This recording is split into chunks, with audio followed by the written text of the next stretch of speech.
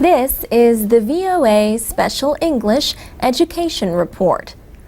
Leaders of the world's 20 largest economies met for 3 days starting June 25th in Toronto, Canada. The group of 20 discussed the best ways to guide the world economy to a stronger recovery. The G20 is 19 countries and the European Union. Before the meeting in Toronto, international charities held the first ever Girls 20 Summit. The goal was to bring the economics power of girls and women and the importance of women's issues to the attention of G20 leaders. Organizers invited 20 young women from each of the G20 member countries. They discussed the United Nations Millennium Development Goals and better ways to meet them. The goals include cutting poverty, improving access to health care, and providing education to all children. 19-year-old Anwar Basunbui from Saudi Arabia said many Saudi women are interested in working, but they need permission from their husband or other male guardian. And there are restrictions on the professions they can join. She says her culture still believes that men are biologically more qualified to lead or rule women. She says the Saudi leadership has not failed women. Saudi women have not yet asked for what they want. Irem Tumer was the 19-year-old representative from Turkey. She says Turkey has approved many legal reforms as part of its efforts to join the European Union. But these have not necessarily been put into action. She worries about violence against women. She says the safety of girls still remains a big problem. Laws have been passed, and many police officers and other officials are being trained about this. But more widespread awareness and education for all girls is necessary to solve this problem. Irem Tumer said she would carry home 2 messages from the Girls 20 Summit. The first is the need for education. The other is the need to empower women and let them take part in business and political decision-making. The United Nations estimates that females aged 10 to 24 are 1/8 of the world's population. Many of them are the main providers for their families. Yet, in the developing world, many are unable to enjoy even the most basic human rights. And that's the VOA Special English Education Report. You can read, listen, and comment on our reports at voaspecialenglish.com. We're also on Facebook, Twitter, and iTunes at VOA Learning English. This is the VOA Special English Education Report. Last week's report on bullying brought so many comments online, we are going to take this time to share some. One person who gave no name or country described an experience with a parent-teacher association. I have been a victim of bullying in a PTA group. It is not just a problem for teenagers. Adults also engage in bullying activities, but it is usually verbal abuse by spreading lies to ruin your reputation or isolate the victim from the rest of the group. Since we are the role model of the next generation, our behavior will shape the future society. Vicky in Taiwan still remembers being scared by bullies in junior high school. And Jung Kim wrote, "Even we Koreans are made fun of by our own. If you're not cool with the popular people, you will be laughed at." Jeannie from Brazil says children should be taught to respect differences. And Kelly in the United States suggested that parents should spend more time with their children. If they are taught to be considerate when they are very young, they will not treat other people in a mean way. Joruji in Japan called for improving communication among students, parents, and teachers. Farshad, an Iranian in the United States, and Salim from France both suggested using psychologists in school to help control the problem. Some people complain that bullying is not always taken seriously. A commenter in Vietnam wrote, "We as parents and teachers should let children understand that they will be punished if they do wrong, and the punishments won't be only reminders or warnings." But not everyone agreed. Denisenko in Ukraine says what we call bullying is part of the socialization process. Children need to know how to defend oneself, how to establish relationships in a group. If laws or teachers or police will protect a child against bullying, he or she will never become an independent person. And several of you expressed sadness at the case of 15-year-old Phoebe Prince. Bullying may have led to her suicide. Monim Al-Hassi from Libya wrote, "I'm really astonished how such a beautiful, nice girl can do such a thing. She made a mistake when she listened to those who criticized her. They were jealous of her. God bless you, Phoebe Prince." You can find last week's report at voaspecialenglish.com. And that's the VOA Special English Education Report. This is the VOA Special English Education Report. Halt International Business School has campuses in Boston, San Francisco, London, Dubai, and Shanghai. The Halt Global Case Challenge is a competition based on the idea that solving world problems requires a good business plan. Teams compete for prizes of $1 million to help an organization with efforts to solve problems like hunger, poverty, and disease. A Halt student, Ahmad Ashkar, created the challenge for teams from business schools around the world. This year's challenge deals with poverty. Teams will compete to develop business plans for 3 non-governmental organizations. Solar Aid works on energy projects in East and Southern Africa. Habitat for Humanity builds low-cost housing. And 1 laptop per child builds computers for governments in developing countries to supply to poor communities. That group is taking part in the competition for the 2nd time. David Batley from Solar Aid says his group works with local entrepreneurs to bring power from the sun to rural communities.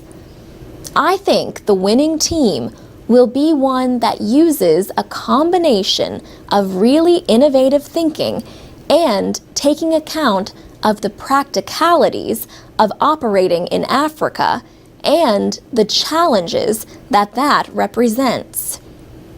Sandy Parakilas took part in the first competition in 2009. The challenge that year was to help an organization reach 100 million people in 5 years. One of the 3 top prizes went to his team from Carnegie Mellon University for their business plan for 1 laptop per child. They were struggling with competition from Microsoft and Intel, and they were having trouble basically making money. So it was a great opportunity for some business students to come in and create some ideas for a not-for-profit to be more profitable, essentially. Howard McNally is Chief Executive Officer of the HALT Global Challenge. He says it's the equivalent of about 20,000 hours of consulting advice from the world's smartest, youngest people. Mr. McNally says the students learn about world problems and the opportunities that might be available for them in the market. And it's also a tremendous opportunity for the NGOs that we're working with to get the kind of advice that they're going to get about their vision and their goals.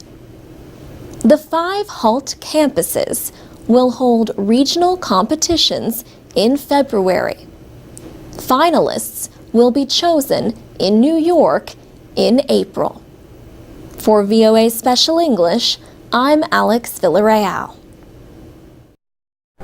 This is the VOA Special English Education Report. Some young Cambodians are learning a new sport, skateboarding.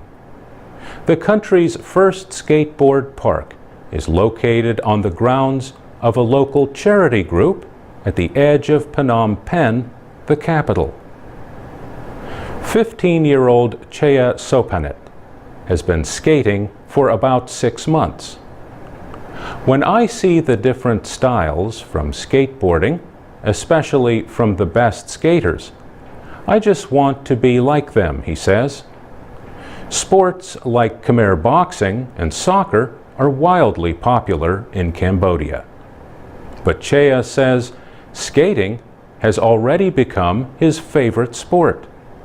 The skaters are learning tricks like launching off a jump or half pipe and flying through the air on their narrow wooden boards.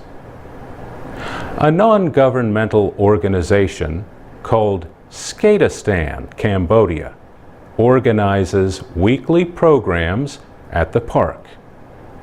Skateistan started its work in Afghanistan. Rory Burke works with the group, which expanded to Cambodia last year. He says skateboarding is definitely not a typical Cambodian pastime. He says they want to use it as something that says, hey, this is something different. Skateistan partners with local groups that work with young people. The park is on the grounds of the group known as PSE, where children attend school and learn a trade. There are almost 120 participants. Many come from troubled lives. Sean Burke says for some, skateboarding is a chance just to be a kid for a couple of hours a week. He says he hopes the program will help them build life skills through sport. 17-year-old Song Rota is a student at PSE. Sometimes I don't do well on topics like math, he says. I feel bad when I find it hard to keep up with my lessons. So that's why I skateboard, to improve my bad feelings. He says he began skateboarding more than a year ago. Before he started training, it seemed very easy, but it was very difficult to learn tricks, and he got hurt a lot from falling off.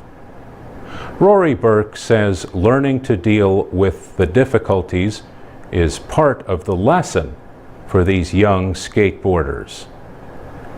He says it's pretty daunting to get on a skateboard for the first time. And then, when they drop in for the first time and ride some of the ramps, it's pretty scary.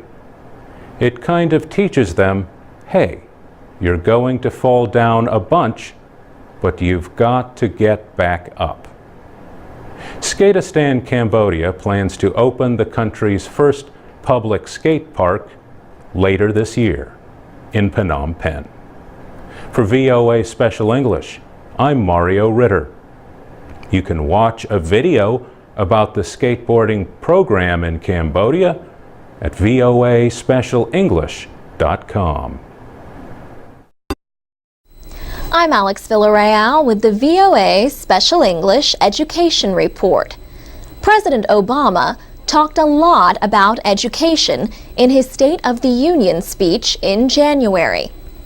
He said, "We need to out-innovate, out-educate, and outbuild the rest of the world.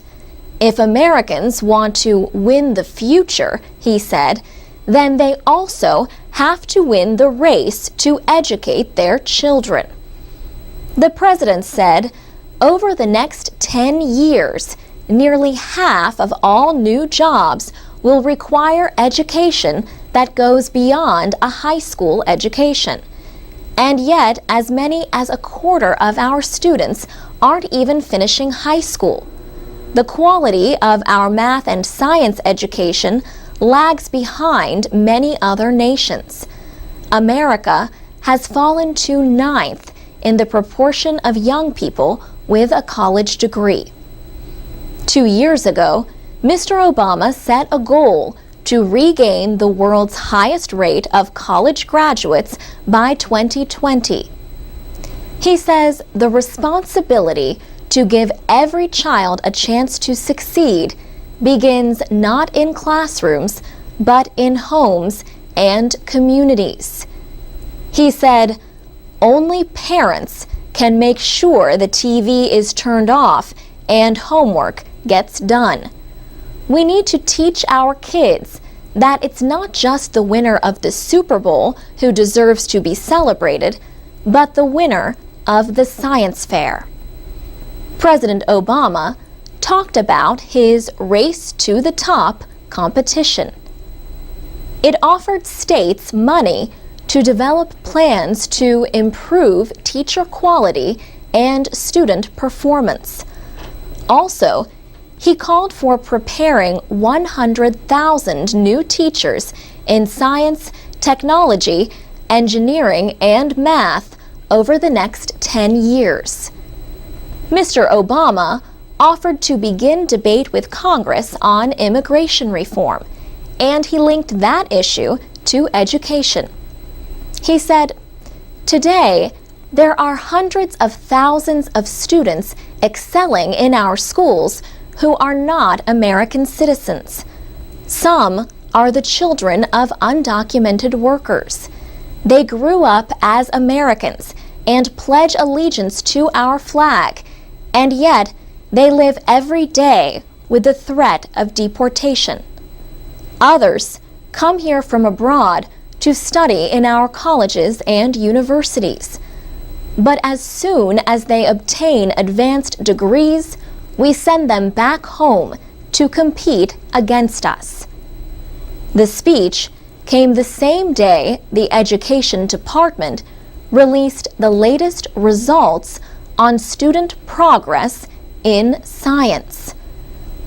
The goal is for all students to perform at the proficient or advanced level. But only about 1/3 of students in grades 4 and 8 and 1/5 of 12th graders did that in 2009. Just 1 to 2% of students performed at the advanced level. For VOA Special English, I'm Alex Villarreal.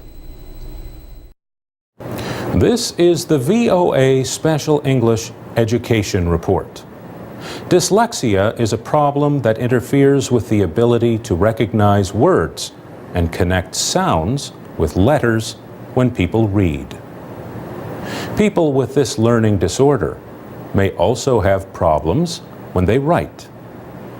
Dyslexia is not related to eyesight or intelligence. The problem involves areas of the brain that process language. Brain scientists are studying whether they can predict which young children may struggle with reading in order to provide early help. John Gabrielli at the Massachusetts Institute of Technology is leading a study of 5-year-olds in about 20 schools in the Boston area. He says, "We partner with schools that have kindergartens, and in this study, what we do is, for all the children whose parents permit them to participate, we give them a brief set of paper and pencil tests to look at which children appear to be at some risk for struggling to read." So far, 50 of the kindergartners have been examined in a machine that shows brain activity. The goal is to study 500 children using fMRI, or functional magnetic resonance imaging. The scanner uses a high-energy magnetic field and radio waves to look inside the body. Written tests are not always able to identify dyslexia or other problems. Professor Gabrielli says children can differ a lot in their abilities from day to day. He says brain scans may offer a more scientific way to identify problems. And with reading problems, he says, early identification is important. All the literature is that for intervention, behavioral programs, educational programs that help children overcome reading difficulties, the younger the child, the more effective they are. Reading problems are not usually identified until a child is in the 3rd or 4th grade. The longer the wait before children are recognized as poor readers, he says, the less these interventions can help. And, as Professor Gabrielli points out, poor reading can make education a struggle. Reading is everything. Even math and science have textbooks. During the brain imaging, the children are given tasks related to reading. They work with letters and sounds of language. The brain scans measure the extent to which certain parts of the brain become active while the children do the work. The neuroscientists say they are pleased with the early results, but still have a lot more work to do on the study. For VOA Special English, I'm Mario Ritter. For more education news, plus activities for learning English, go to voaspecialenglish.com. This is the VOA Special English Education Report. Millions of high school students have read To Kill a Mockingbird. The novel by Harper Lee offers moral lessons about racial justice and respect. It tells the story of a young girl named Scout and her father, Atticus Finch, a lawyer. He defends a black man wrongfully accused of raping a white woman. In the end, an all-white jury sentences Tom Robinson to death. The book is set in the American South in the 1930s, but it was published 50 years ago on July 11th, 1960. It came out as the civil rights movement in the United States was gaining strength. Laws and customs in the South, however, still kept blacks and whites mostly separated. A mockingbird is a kind of gray songbird. The book gets its title from something Atticus Finch was told in his childhood when his father gave him a gun. Atticus Finch says his father told him it was a sin to kill a mockingbird because they don't hurt anyone, they just make music. Melinda Bird Murphy is head of the Alabama Center for Literary Arts. She says the moral of the story is be kind to one another, show human empathy and sympathy. Ms. Bird Murphy has read the book 4 times. She is a native of Harper Lee's hometown of Monroeville, Alabama. The author, who published only the 1 novel, is still alive, but rarely speaks publicly. Some people say To Kill a Mockingbird treats racism in a way that is simplistic, even offensive to blacks, and out of date in today's America. Still, it has been translated into more than 40 languages and has sold over 40 million copies. It won a Pulitzer Prize and is often required reading in high school. Gregory Peck won an Academy Award for playing Atticus Finch in the 1962 film version. The story takes place in a town that Harper Lee called Macomb, but she based the characters on real people she knew growing up. Since then, Monroeville has changed a lot. A number of African Americans serve in the local government. The courthouse, made famous by the book, is now a museum. A small shop and a fast food restaurant called Mel's Dairy Dream have replaced Harper Lee's childhood home. In Monroeville and around the country, fans of To Kill a Mockingbird are celebrating its 50th anniversary. Events include readings, discussions, and movie showings. And that's the VOA Special English Education Report.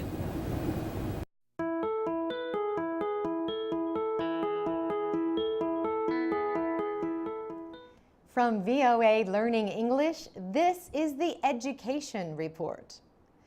Imagine you are a student in Mexico, and your teacher asks you to write a report about the country's ancient Aztec civilization.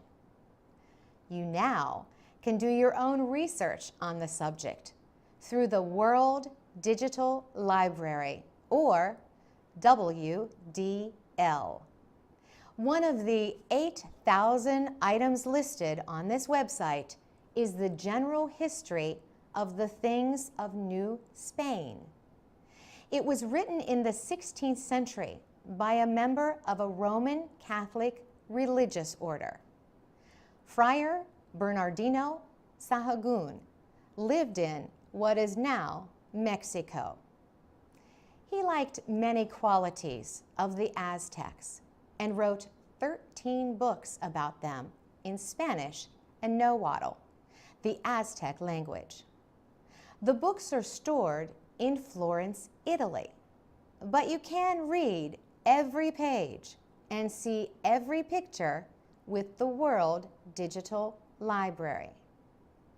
The library has at least one item from every member country of the United Nations Educational, Scientific, and Cultural Organization, or UNESCO. UNESCO and the U.S. Library of Congress launched the WDL in 2009. Since then, more than 25 million people have visited part of the collection.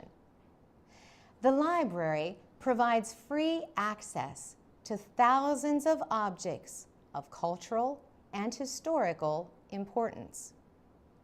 The library is looking for information about Arabic and Islamic science, says Musa Marawa. He is a WDL researcher who works on all of the library's documents in Arabic. Arab countries and their libraries are strong supporters of the World Digital Library. Mr.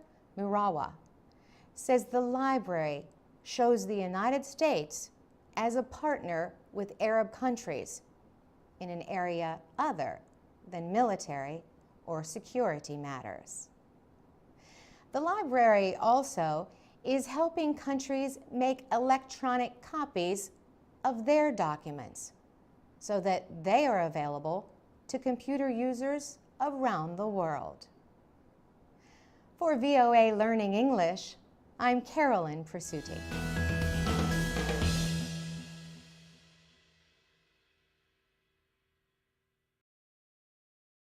This is the VOA Special English Education Report.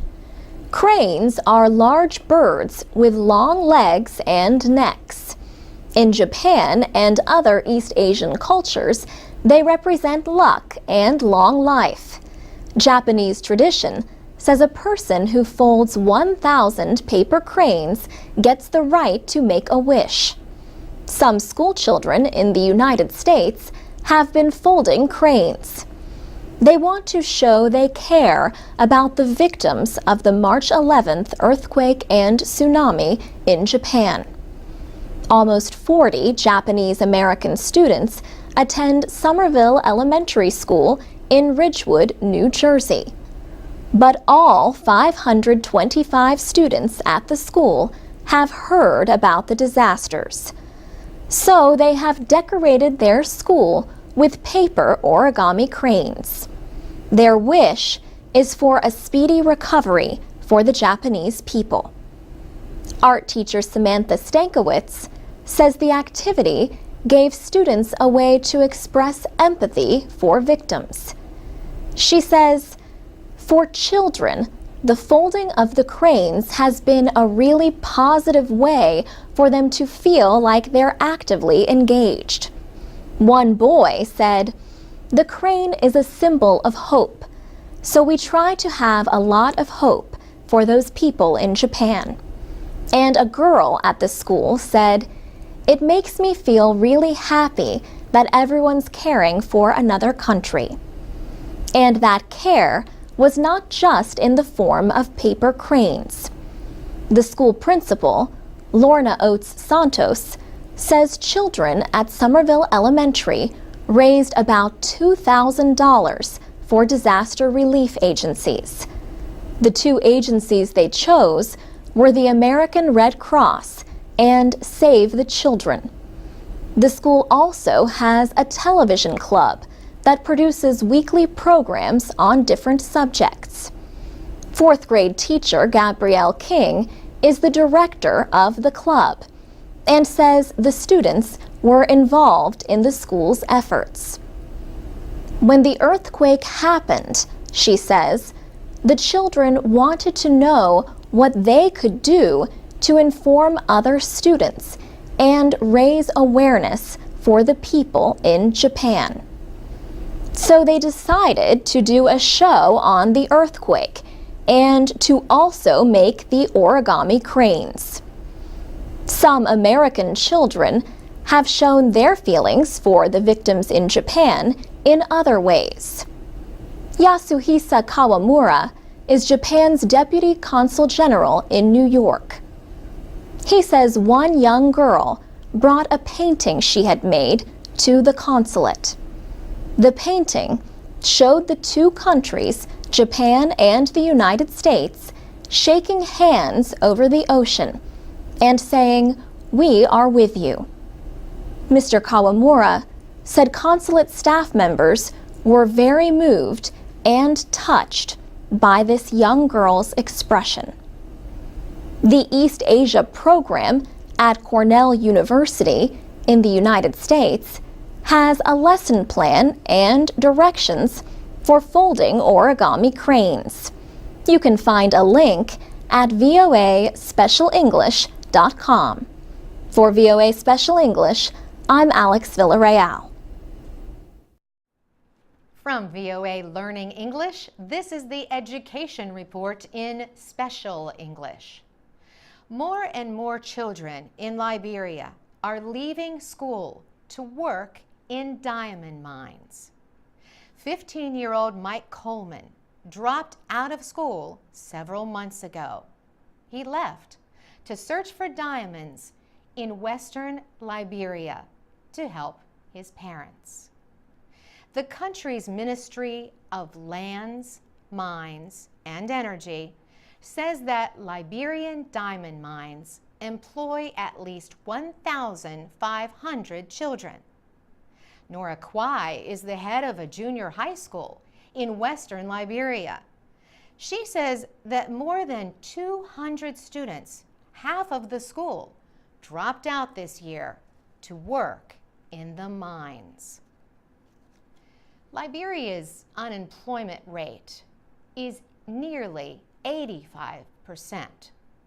The World Bank estimates that 95% of the country's population lives on less than $2 a day.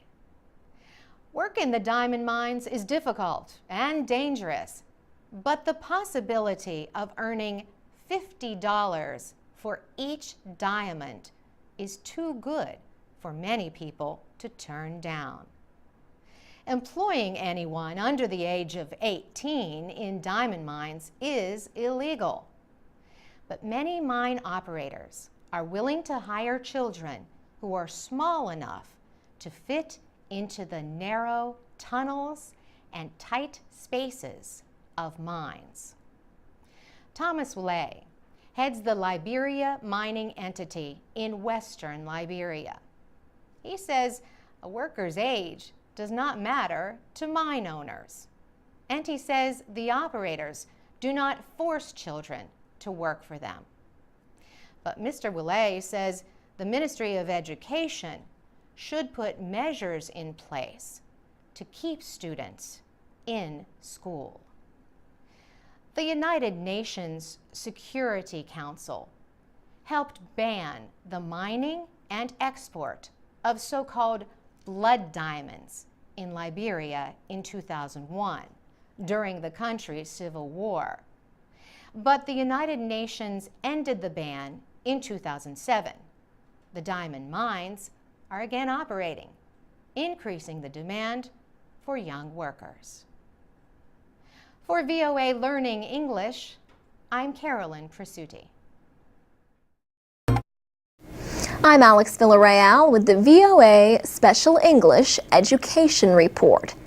In November, the Institute of International Education in New York published its yearly report on international students in the United States. The report says more than 690,000 attended American colleges and universities during the last academic year. That number was a record high.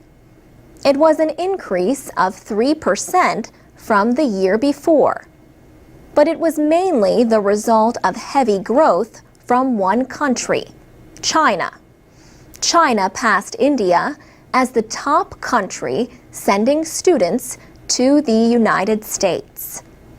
The president of the institute, Alan Goodman, says the economic crisis could have limited growth from other countries. The Institute of International Education publishes its report called Open Doors with support from the State Department.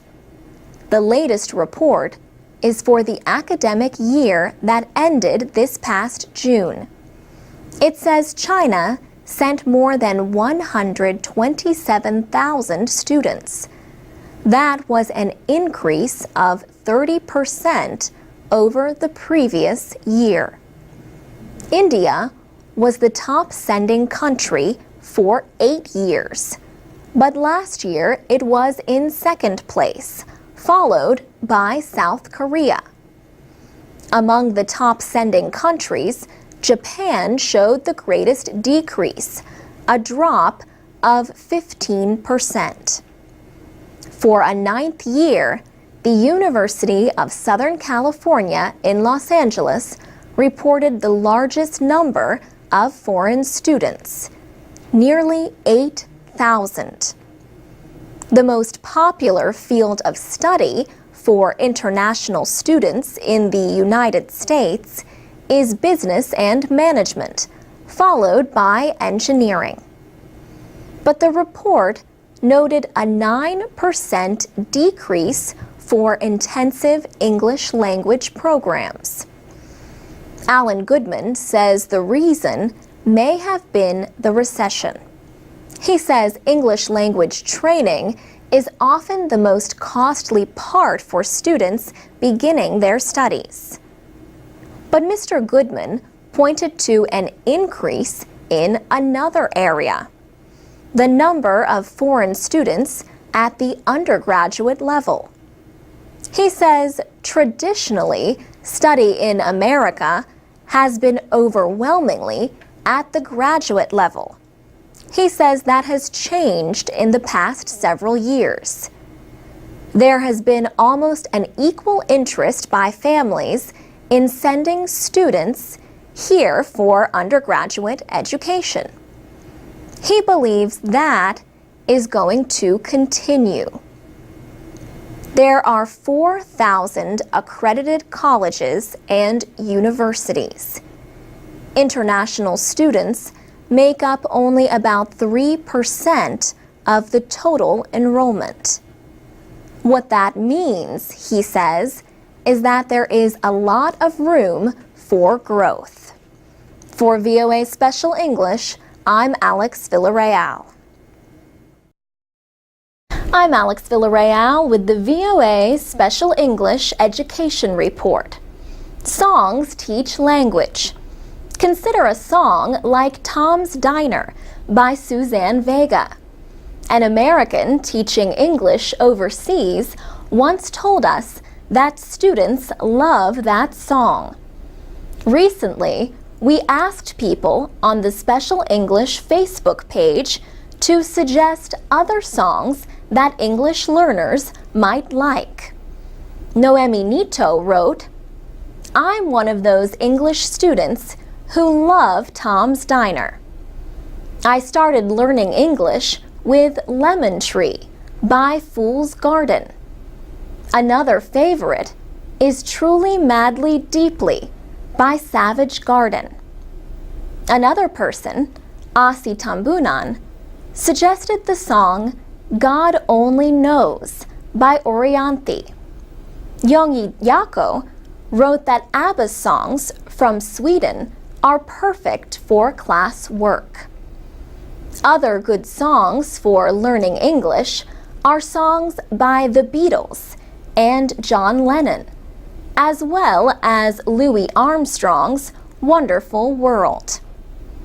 Paul Cifuentes says Bob Marley's songs are amazing for teaching. Another teacher, Joseph Decca, says songs by Johnny Cash have always worked in his classroom. He says his students can hear the words, plus the songs often have stories. He also likes We Will Rock You by Queen and Beautiful Girls by Sean Kingston. He says young children love C is for Cookie by Cookie Monster from the TV show Sesame Street. Nina John Smith suggested these songs: It's My Life and We Weren't Born to Follow by Bon Jovi. Also, Nothing Else Matters by Metallica.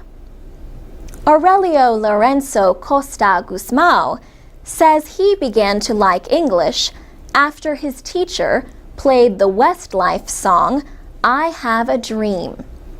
He wrote, "That was 8 years ago. I was in the 7th grade.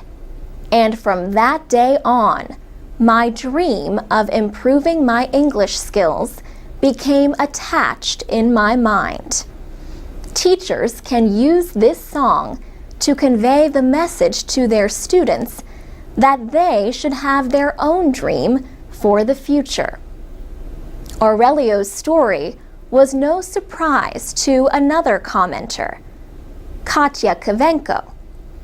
She especially likes songs by Michael Jackson and Queen. She wrote, "When you listen to your favorite songs, you feel emotionally high, and it moves you to action." For VOA Special English, I'm Alex Villarreal. Do you have any favorite songs for learning English? You can share other music suggestions for English learners at our website, voaspecialenglish.com, or on Facebook at VOA Learning English. We are also on Twitter and iTunes.